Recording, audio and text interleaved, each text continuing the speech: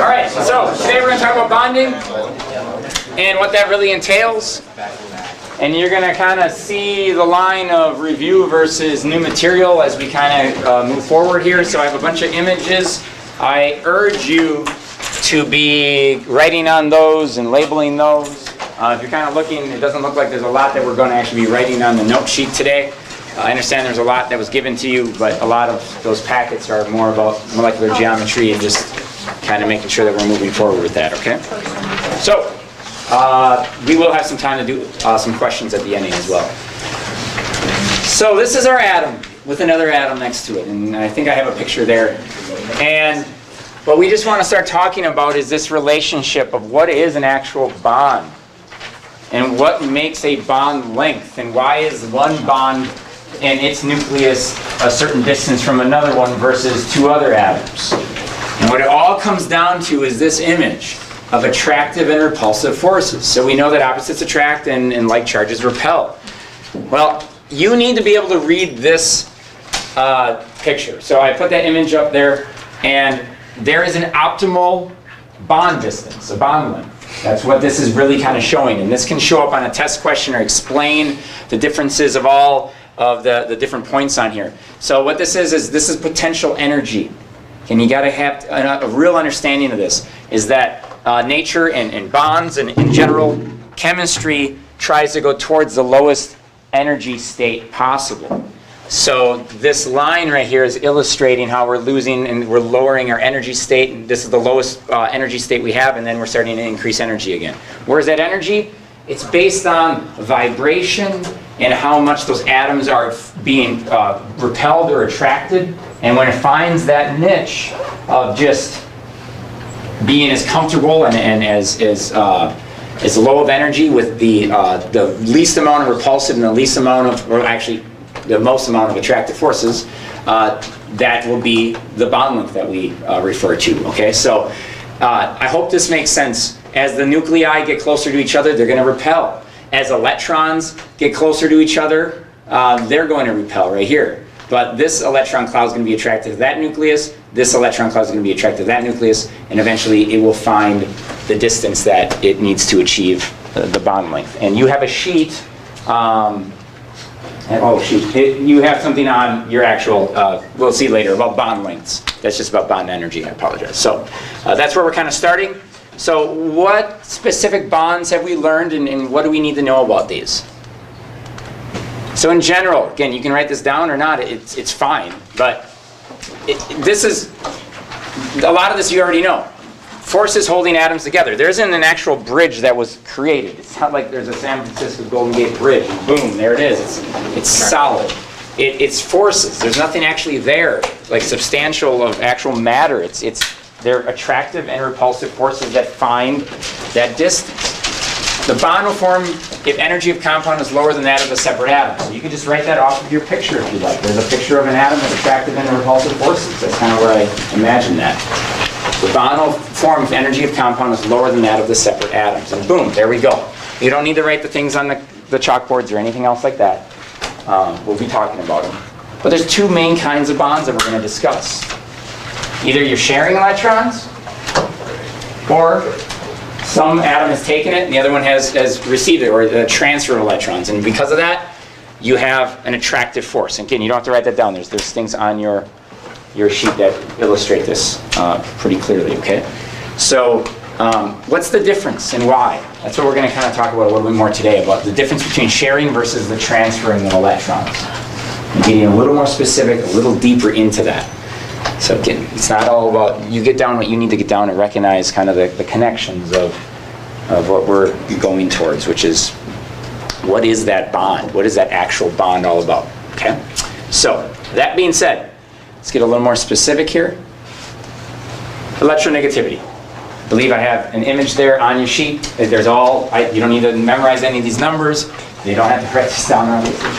Try to do it at an angle. Give you the illusion again that we are going towards fluorine, right? These are random values. It's called a Pauli scale. It was just given that fluorine was 4.0, and then everything else is just adjusted to that. It doesn't actually have a real meaning besides that once you set the values, then they all can be compared to each other. So we're going to use these. You have some numbers on your table, on your notes.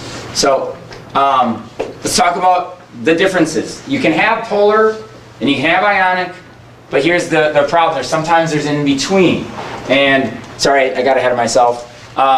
Electronegativity is the ability for an atom, and we talked about this a lot, in a molecular bond to attract shared electrons to itself. So if they're sharing equally, great. It's a really nice, sweet, covalent bond. Like, thank you, we're both sharing equally, it's really nice. If the electronegativity is so great, so you're on like a non-metal versus a metal, there's such a difference, okay, you're not sharing anymore because these atoms are ripping those electrons away from these, right? And now we have an ionic compound. That's a salt, a metal and a non-metal. That's a definition of a salt.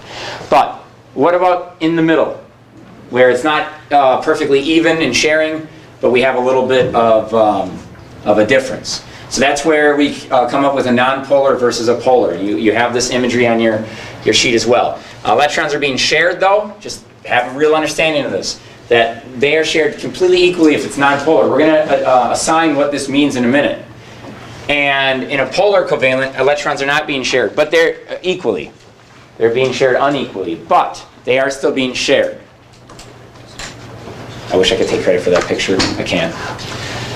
But this doesn't give us that view, although this is right. Chlorine would have a much higher electronegativity, and that's what it's all about. This is what it really looks like, or what we have to envision.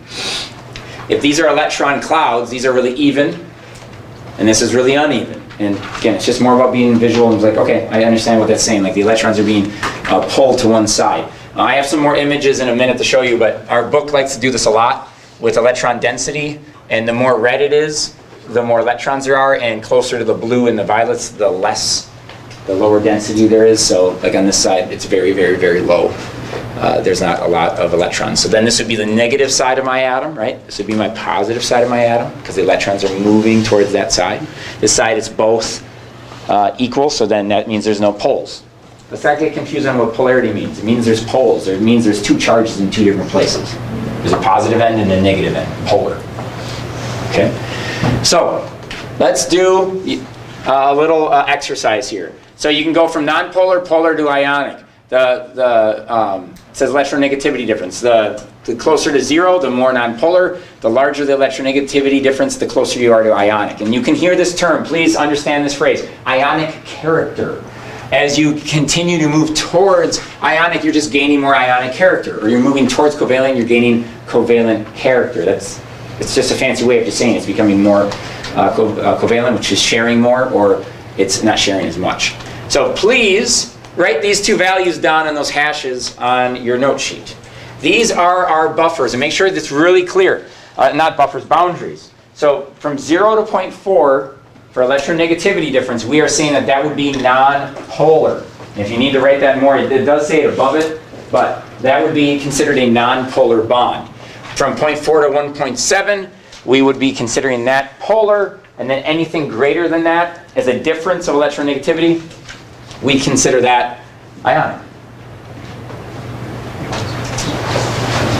Okay, so let's do a question on this. It's on your sheet. I threw out some different kinds of things to think about in this way. Least polar yet be considered polar covalent. So I want to know which one is still polar, but it's the least polar one. So what am I looking for then? I need to find a compound, or a bond that would probably be 0.5 or close to that. 0.4 would be considered nonpolar. So how do I do that? Well, you look at the values on the left middle of your sheet. It says electronegativity values, okay? The further apart, just give you a big hint. This one, not even going to look at it. That's a metal and a non-metal. That's ionic. And if it's not, it's darn close. But what you can do is you could write the numbers right below it right now. So let's just, for the sake of this, what does magnesium say? It's 1.2? So you could write 1.2 kind of small above that, and then what is oxygen? 3.0 or 3.5? 3.5. 3.5. So then, the difference is, I didn't hear the first one. 1.2. Oh, it's 1 point. My mind didn't go. So it's 2.3, right? Well, that'd be considered ionic, right? So what you want to do is find ones that are close together, but a range of greater than 0.4, though. So I'm looking for the one that is the least polar, yet be considered polar covalent. So can't be OO, right? Can't be, because they're the same. This is 3.5 with carbon. 2.5, and if you do the work the first time, we can circle, we don't have to do it again. I did the same options both times. So maybe if we just look these all up quickly. So 3.5, 3.5, 3.5, what is this, 3.0 or 2.5? 2.5. Silicone is 1.8, 3.5, 3.5, I'm guessing 3.0. Yeah. Right. So the answer would be, which one's the least polar yet polar? It'd be the nitrogen-oxygen one, right? So I just circled that or boxed that. So, please answer the next one when you're done. Most polar without being considered ionic. Which one do you think that is? You've already done the work. I've done the same options. Kevin? Is 1.7 considered polar? We're going to consider that polar. Yep. Anything greater than 1.7 is ionic. So is there a 1.7? Which one is that one? Silicone. The silicone oxygen one? Oh, thank goodness my box did that then. So, that's how we can interpret that. What's the point of it? We're going to apply it to a greater meaning in a moment. And you've done this before in the past. But we have to really have this down. You're going to need to know these ranges. This isn't something that's provided. But for the most part, it's not about memorizing. It's never about memorizing those values. It's not really memorizing much about the ranges number-wise. It's more about understanding that the greater difference, the more ionic character we're building.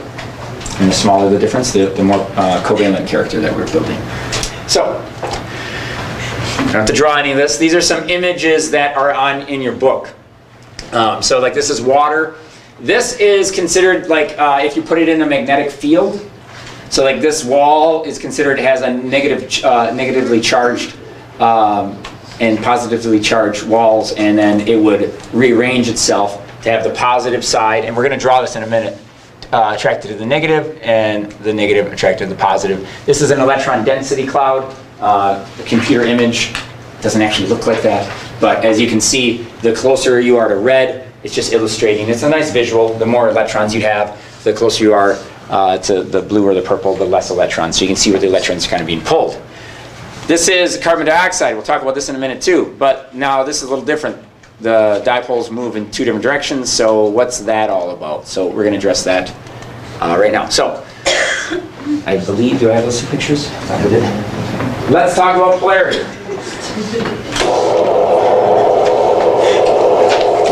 So first, let's label our atoms. I have ammonia, and I have carbon dioxide. So this, what is this? What is this atom? Ammonia. We need to know this formula. N, or is it on there? No. Okay, good. And then these are H's, right? And this is carbon dioxide. Okay, when we are figuring out polarity, and you've already done this, just want to make sure that we've really addressed this, is that we have to talk about the bond dipoles first. So I don't need to have those electronegativity values. I can just look at the periodic table and just imagine what is closest to the upper right, who's closest to fluorine. So in general, all my bond dipoles, and I know this is not drawn necessarily as user-friendly, but you go with it.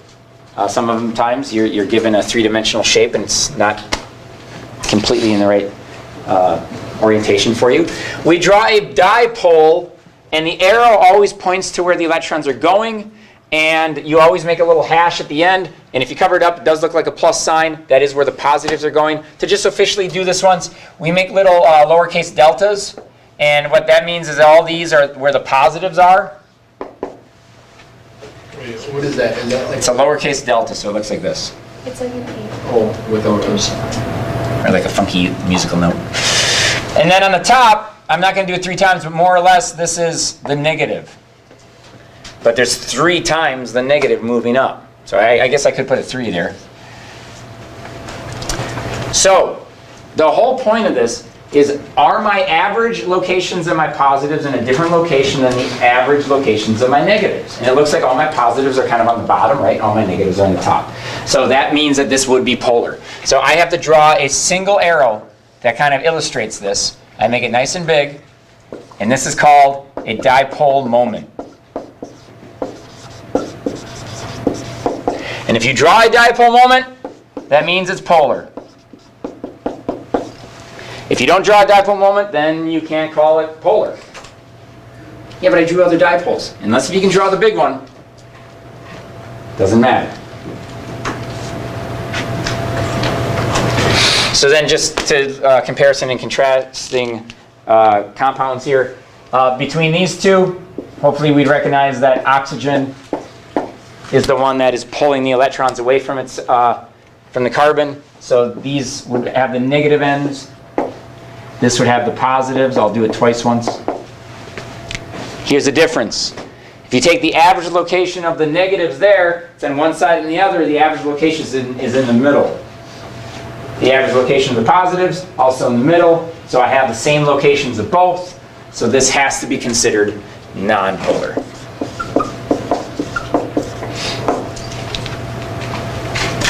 How would I talk about that in a free response? That's what's hard. You would say, due to the electronegative nature of oxygen, as an example, it is pulling the electrons away from the carbons.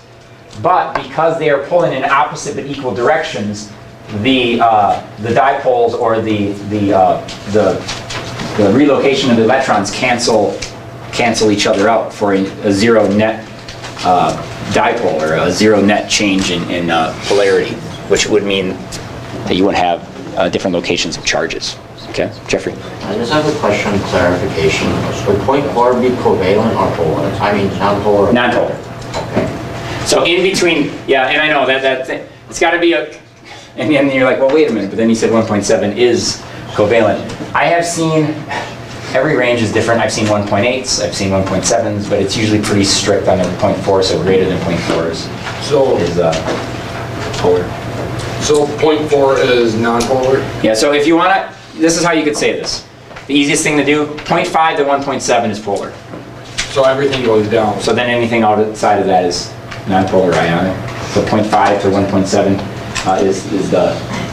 is considered usually the. I'm going off of the book. I don't like how that writes it. Is ammonia treated as planar? No, ammonia has an extra lone pair on the top. So by looking at this, the fact that these look like they're going downward must mean that there is some sort of an electron cloud that pushes that down. Okay. Did someone just win a bet? Right. Did someone just win or lose a? Yeah, I did. Okay. All right. So, what is the point of polarity, and why is it such an important thing? We are going to be learning this as we go through the year, but this is a quick, simple little video of water dissolving salt. Sodium chloride crystals are held together by attractive forces between the positively charged sodium and negatively charged chloride ions.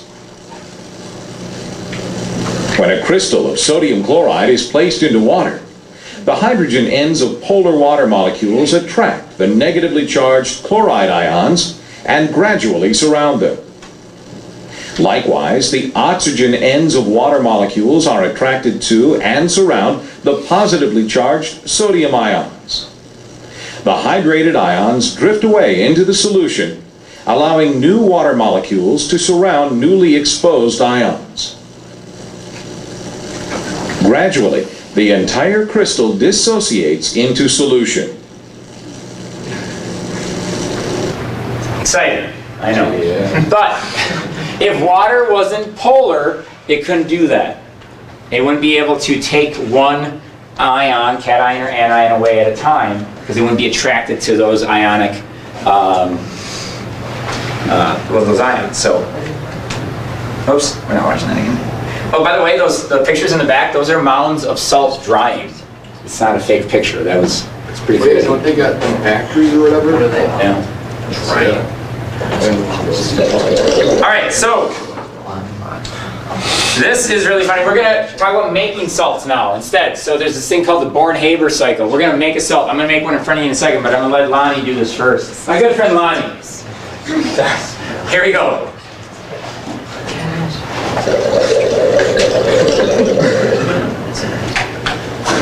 We've asked Lonnie to demonstrate the formation of an ionic bond. In this case, the bond between sodium and chlorine in sodium chloride. So Lonnie's filled a beaker with elemental chlorine. That's chlorine gas, Cl2. It's a yellow gas.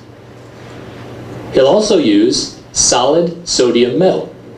Solid sodium metal is a shiny silver metal that's very soft. He can actually cut it with a knife. Sodium metal is very reactive. It will react in air and water, so it's stored under hexane. He'll pull off a small chunk and immediately store it under hexane while he prepares the rest of the experiment. Now, to get the reaction to go, he'll want to clean the sodium, make the surface very clean, and warm it slightly to help the reaction proceed. He'll do that by placing the sodium in a spatula and then warming it over a flame to clean the surface and to get the sodium warm enough to initiate the chemical reaction. Now, the reaction between sodium metal and chlorine gas proceeds, but we know the ionization energy of sodium is greater than the energy released, the electron affinity, when chlorine accepts electrons. So the reaction goes because the positive ions formed on sodium and the negative ions formed on chlorine are drawn together, a Coulombic interaction, to form an ionic bond. The formation of that ionic bond, plus and minus charges attracted together, releases energy, and that's the driving force for this chemical reaction. And you can see that it's exothermic. Energy's being released. Bright red glow, typical of emissions from sodium.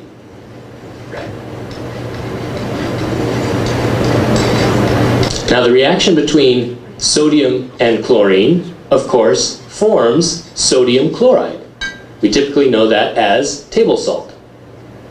And Lonnie's prepared some in advance. He has white table salt, purified, that he can show us.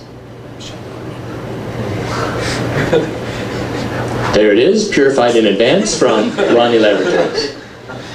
And Lonnie tells me the salt that he makes in Lonnie Laboratories is far superior to any salt that you can buy in the store.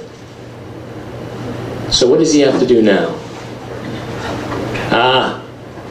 Lonnie's going to demonstrate, clearly hasn't had his breakfast this morning, that Lonnie Lab salt far superior to any salt you could buy in the store. Thank you, Lonnie, for that demonstration that sodium chloride, an important spice and food flavoring. And when you make it yourself, the satisfaction is so much more complete.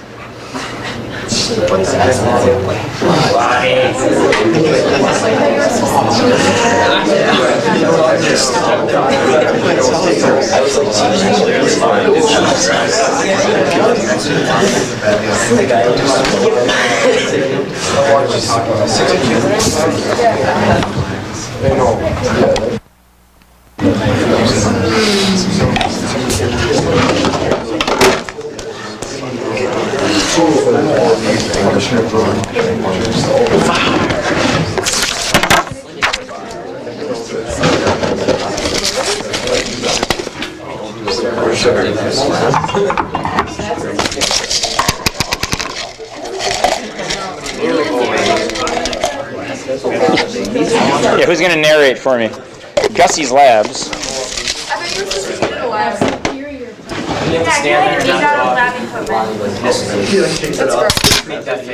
That's a lot of magnesium. That is a lot of magnesium. Come on. Alright, so I'm going to take some magnesium, take my blowtorch.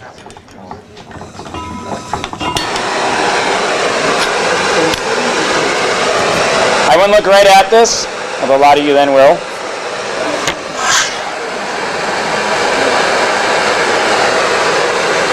And it's reacting with what? It's reacting with the oxygen in the air specifically, right? And what I'm doing right now is I am making a salt. I am taking magnesium, I'm reacting with oxygen, and what's hanging off of there is now magnesium oxide. It takes a lot of energy to do it, obviously, you can see it.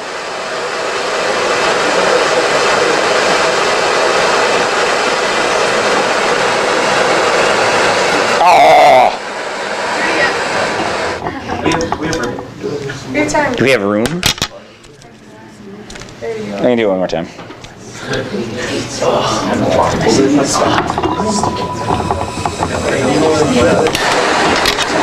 Here, we'll do this.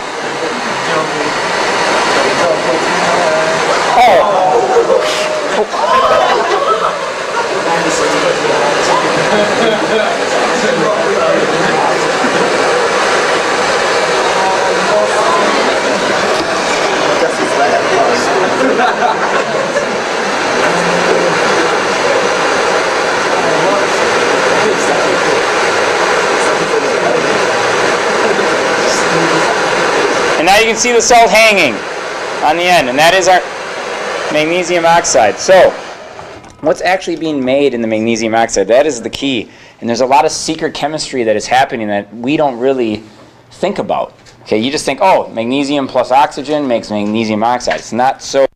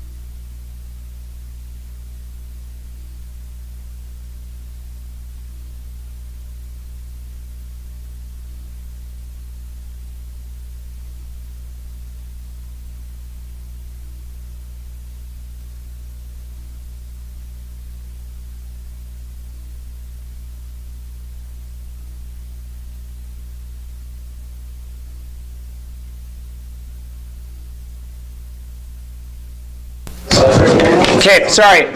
So we have to break it apart. Now, if you're looking at this and you're noticing, wait a minute, there's a half there, and now there's just one oxygen. If you think about it, you're breaking off a half of two oxygens that make one oxygen. That's all that you really have there, okay? All right, then, we need to start turning them into ions.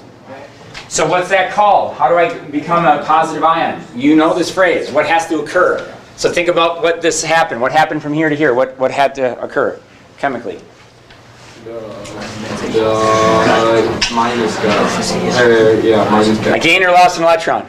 Loss. So what's that called? When we lose electrons, that is ionization energy. That is considered the first ionization energy because I removed one electron. All right, over here, I have to go from oxygen to now a negative ion of oxygen. So I am gaining, what's that called? Electron affinity. This would be considered the first electron affinity. I think you can see where this is going. This would be considered the second ionization energy, and this is considered the second electron affinity. Because now I'm gaining another electron here, I'm losing another electron there. Okay? All right, so that's great. When it all comes together, what those structures are, those three-dimensional structures of salts, those are called 3D lattices, or a lattice structure. So the lattice energy we're going to talk about on the back of our homework sheet is the amount of energy that is released when these two ions come together. And it's usually really big. And then the last one you do know already. That's enthalpy of formation. That's change in H with an F. So, what's the whole point and how does this all work? We have to actually calculate this. So, what I'd like us to do right now, and I have the numbers if you want to write them on the side or if you want to write them underneath, it's your call. But there's values that go, that associate with each of these, with each process, and it's written on the left side of your homework sheet. For example, and if you want to do an arrow or if you can write it on the side of it, you don't have to write over it unless you can fit it underneath it. Like it already has been given to you, and please try to find this so you can recognize it, that the ion or the sublimation requires 148 kilojoules. Now, that's a positive value. Why? I have to go from a solid to a gas. It needs to gain energy. Think about it. Positive, these are all enthalpy values. Like these are all heat flow values. I have to put energy in for it to become a gas. Here, check it out now. I am taking half of this because I'm not dissociating a whole oxygen. I'm dissociating half of it. I know I didn't give you a ton of space. There's no way for me to know how much we were going to need. So each draw arrows or just draw numbers really small to the side. We're going to do a whole nother one really clean where you're just going to put the numbers so you'll have an idea. Where are you getting this from? On the left of your sheet. Oh. Yeah, I took 2 on next one. Thanks. All right, and then we just keep going. So that's first ionization. This is first electron affinity. Second. And I'm just getting it right from your sheet. And then this was the lattice. Whoa, that thing's huge. Lattice energies are mammoth in comparison to the rest of them because there's a huge release in energy. Chemical reactions, if they're releasing energy, are usually more favored. When you can get to a lower energy state, you are more stable because you're at lower energy. You're not doing as much vibration and movement, and you're more stable. So this is how I want you to do this. If you have a calculator, please add up, if you can somewhere, the value of this one. I just want you to know how this works. Plus this one, plus your lattice, will always equal the change in H of formation, the change of enthalpy. All of these below it equal that one value. So you have to do the positives and the negatives and all that stuff. But I like to write each one separately, just so that I'm not making any mistakes. So add up each column. The lattice energy is just there. You may not have to write that one. I get it. But what is the overall enthalpy change of this reaction? And we've done that already. We've talked about how much energy it takes to make a compound. Do we have to do half for each No, just that one, because then the rest of them will have ones in front of it, so then it just equals that. I have another one to compare and contrast on that. So Wait, why is that one negative and the other one not?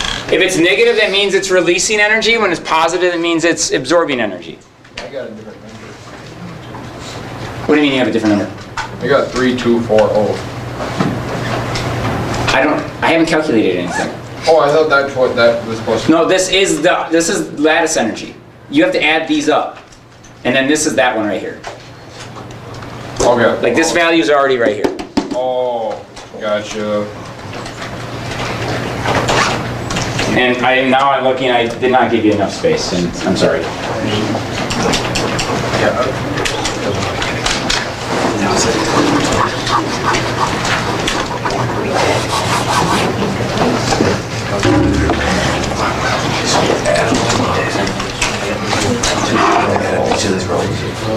That's some stuff as we choose the roads. You do the price of the minus 1.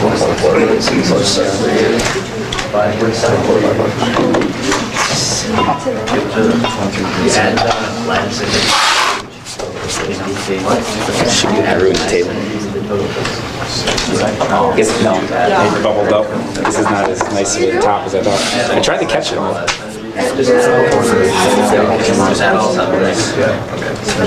All right, so when you get it all done, I did not calculate this. I thought it was something, is it around negative 600? Negative 548. 548, okay. So negative 548 would be my enthalpy of formation. Negative 548, and that's kilojoules. All right, and in that case, it's per mole. All right, so this is not the way I learned this. And this is not how it's going to be illustrated in the book. So I want to show you in a minute how this actually looks. This is what it actually looks like. This is of lithium fluoride, where they, and don't copy this down, they start with the solid and the gas, and then what it does is a BÖRN-HABER cycle shows when you're gaining energy, and then when you're losing energy. And you notice you're always dropping really far on a lattice energy, but then here's the difference. Hey, I'm lower than where I started. This is my starting point, this is my ending point. The difference in this one was 617 kilojoules. So I've lost 617 kilojoules from where I started. This is just an energy scale. But just have in mind that we're making a crystal lattice. So when you're creating something, it actually releases energy because it's in a more stable relationship with the other ions around it. Okay, so that being said, if you want to flip the page, please. We just have a couple more examples here. Coulomb's law, and that's what Lonnie's lab was talking about a little bit. And you just kind of read it and summarize this, please. Don't just copy word for word here. What lattice energy is, it's the change in energy that takes place when separated gaseous ions are packed together to form an ionic solid. Here's kind of what I always think about. How strongly the ions attract each other in the solid state is indicated by the lattice energy. That's the important part there. Lattice energy is actually the indication to us of how strong the attractive force is in that salt. The lattice energy indicates that to us. So if it's really a strong packed salt, then the lattice energy will be a greater value.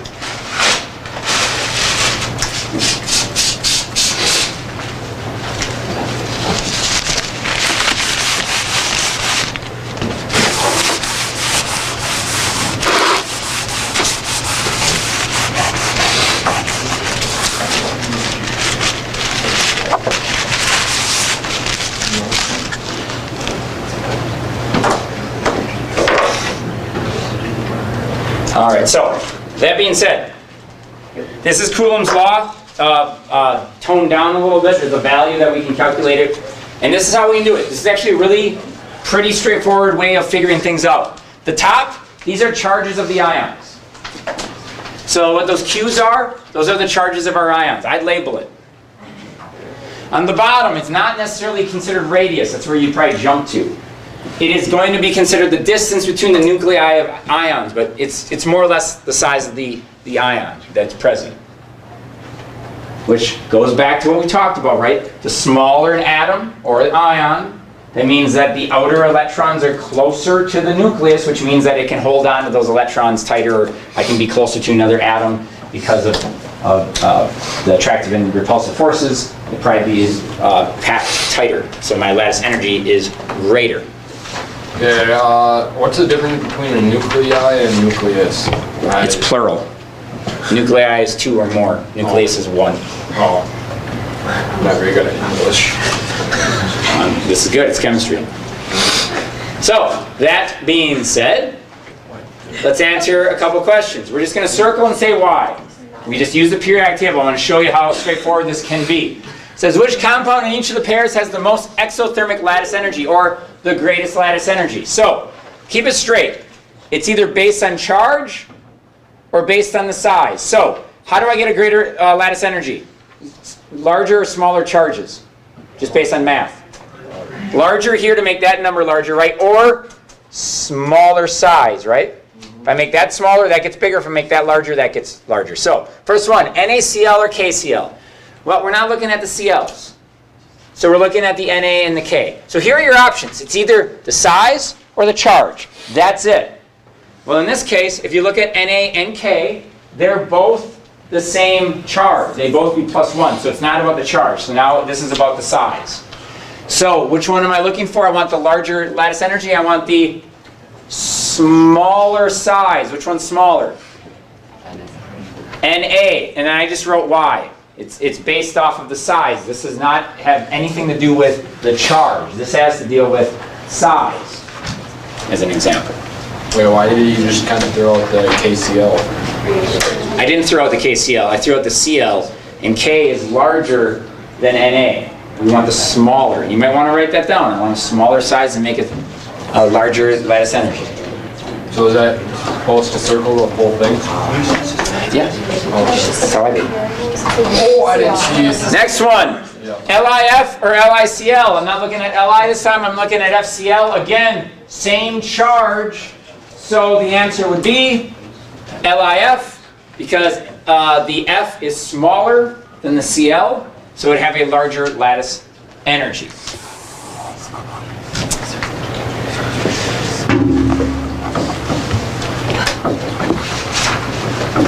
Next one, OH and O. This is a little different now. Oh, I can't find OH on the periodic table. Yeah, it's a polyatomic ion. So if I place these on here, this is Mg2+, so this is +2. This is a -1. This is +2. This is a -2. Just think of it as they're multiplying, so you get a value. So 2 times 1 is 2. 2 times 2 is 4. So the larger the charges, the larger the lattice energy. So the answer is the MgO, because this has a 2+ charge, while this only has a 2- charge, while this only has a 1- charge. The greater the charge, that means it's more attracted to each other. You have a stronger lattice energy. Okay. So we keep moving forward here on these then. You can kind of see where this one's heading. I have FeOH2 and FeOH3. It's not about the OHs, it's about the Fe's. This is Fe3, this is Fe2. So hopefully it makes sense, because I have a 3+ versus a 2+, I have a greater charge. Kevin? Can you go over the MgOH one? Like, you don't pay attention, or you don't really care that it's OH2? Well, I need 2 of them to offset it, but this brings a -1 charge to the table. Okay. And this brings a -2 charge to the table. You don't pull in this to make it -2? Okay. So we only can do that when it's like the same polyatomic ion. Sense for you for that one. Well, in this case, you're bringing the same charge of the negative. So now it's not about this ion. You have 2 different ions here. This is Fe2+, this is Fe3+. Oh, okay. Right, it's 2 different transition metals.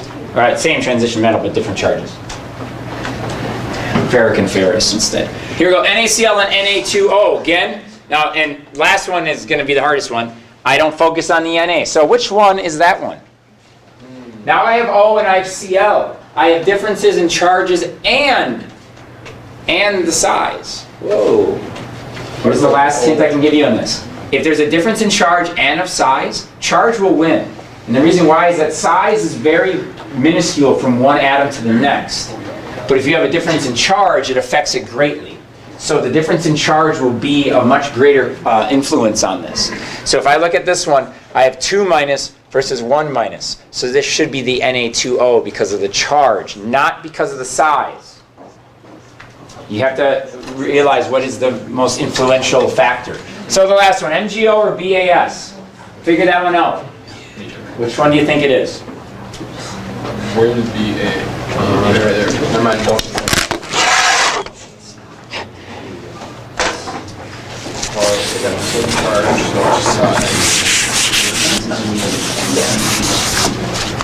I guess it was going to happen eventually, right? Might as well be me. It landed on the table. And this isn't very tough. I had that, but nothing landed on it. All right, what do we got? MgO, why? Rory says MgO. It's the same charge. So Mg and Ba are the same charge. S and O are the same charge, so it's not about charge. So this is about size. It is MgO because Mg is smaller than Ba, O is smaller than S. They're both smaller. What if it was MgSBAO? Then you have to really look at how much larger or smaller they are. Then it gets tricky. So, all right. So we're gonna do this one on the back now. And I gave you a big space on the left. So what I would do is write this out on the top. I don't think I did. Like I put it as quickly or as closely to the last energy scan. We're gonna do one more, and I'm gonna try to have you kind of figure this out. What I'd like you to do, I have values on the right. If you want to fill in the process, that's great. And I think we should. But this is the goal. And you may not want to write it yet, but that's the goal. We want to get to this. And what is the goal again? I want to get to 2 gaseous ions that will make 1 solid salt, okay? So, on the left, let's go through the table on the right side of this for a moment. What is that first process? Ca plus, and then it gives you Ca2 plus E minus. What is that? you gotta turn it into ionization. What ionization? Second ionization. That's second, and you can do second I dot E dot. Like capital I, capital E. That's how I would write it. So I'm doing the table right now. What's the next process? Cl2 gas, the 2Cl gas. And if you have to, you can look on the other side. What do we call that? What was that? Dissociation, or it can be called bond energy. Why is it called bond energy? Because I'm breaking a bond. I'm breaking it from Cl2 and I'm going to ClCl. Okay? Ca solid to Ca gas. Sublimation. You're going to need to recognize, yeah, you need to know all these terms. What's that other one? Ca to Ca plus E minus. First IE, first ionization energy.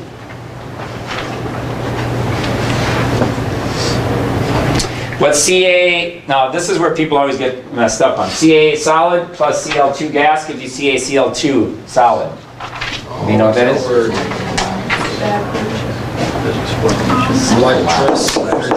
That's enthalpy of formation. Or you can just write it like this. Whoa, how that, I thought it was lattice energy. Gotta be careful. Enthalpy of formation are the elements in standard conditions making 1 mole. What's the second to the bottom one? Second. Oh, it's just electron affinity. We only needed 1 of them. I accidentally put a 2 there. You can just cross out the 2's, and I'll tell you why in a minute. And then the final one, that is your lattice energy. Why is that lattice energy? Because those are 2 gaseous ions making 1 salt. What's the second to last one? It's just electron affinity. And there's just 1. You could write first if you want. And I didn't mean to have the 2's there. There's a reason. We'll talk about it in a minute. So, here we go. It is your job, how we have this presented, for you to figure out where to put all these, every single process that's happening. That's all. I'm going to give you every process. You don't have to have these numbers down. But can you put it in to an organized table? So, for example, now you can write right on the arrows if you want. Like you can make an arrow and then you can put the value. I am going to do that with you. But like, I wanted to start it off and then I'm going to have you work on this a little bit. CaS goes to Ca gas. Cl2 breaks apart, and now why is it 2Cl? Because if you break apart Cl2, you have 2 chlorine atoms sitting there, so you have 2 Cl's. But we didn't have that last time, right? Because there was a half of it. So, continue to make arrows and write down what the next thing is. We'll write numbers in there in a minute. You don't have to put titles. Try to finish your BÖRN-HABER cycle, please.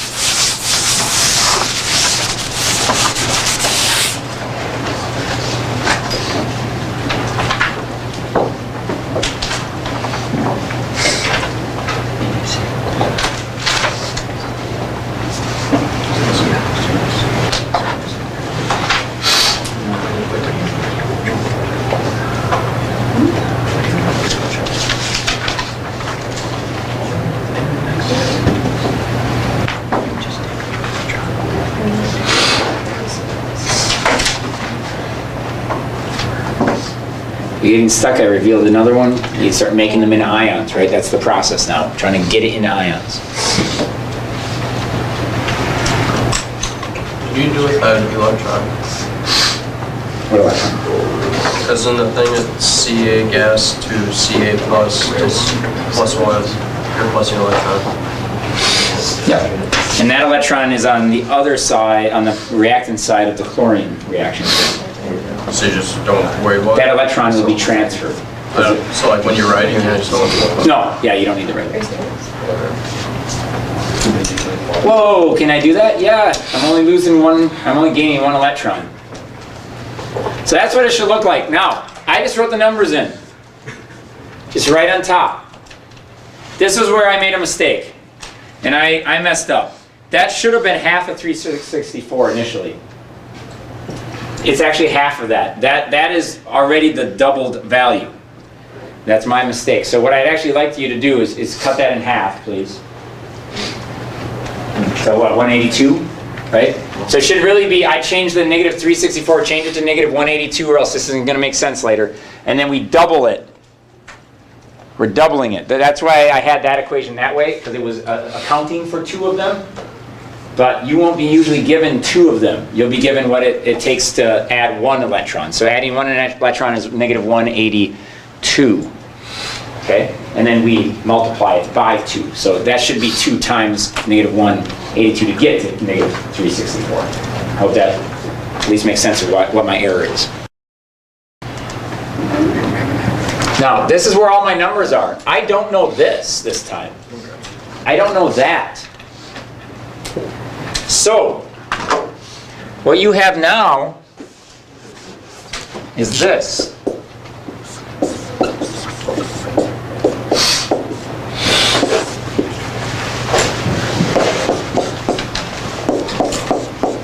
That's what you have now.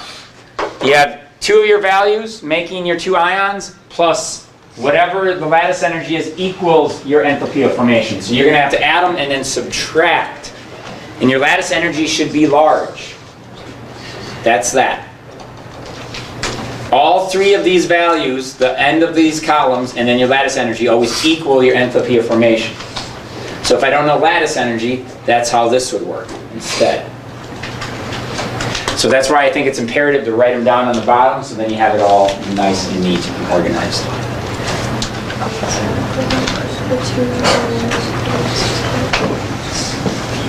And it should be a decently large negative number in comparison to the other numbers. At least that's the hope. This number when we split first 733. Here he has it like that 2. Please, questions? Negative 122.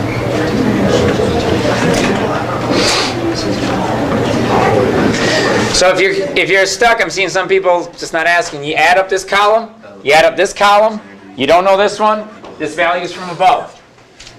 These 2 added up, subtract it from your enthalpy of formation. And that is time. You're 5 minutes behind on that clock. So, we'll be talking about lattice energy tomorrow and some bond energies. Continue to work on your shapes, okay? Your review is due today. What did we get as an answer? Negative 1406? Okay. Negative 1406. Good. Well, yeah, I knew we weren't going to get to bonding. I just wrote it there.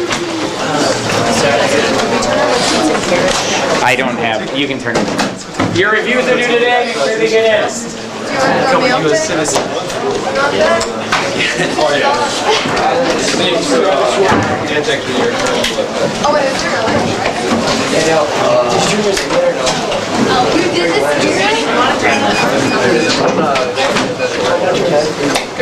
year?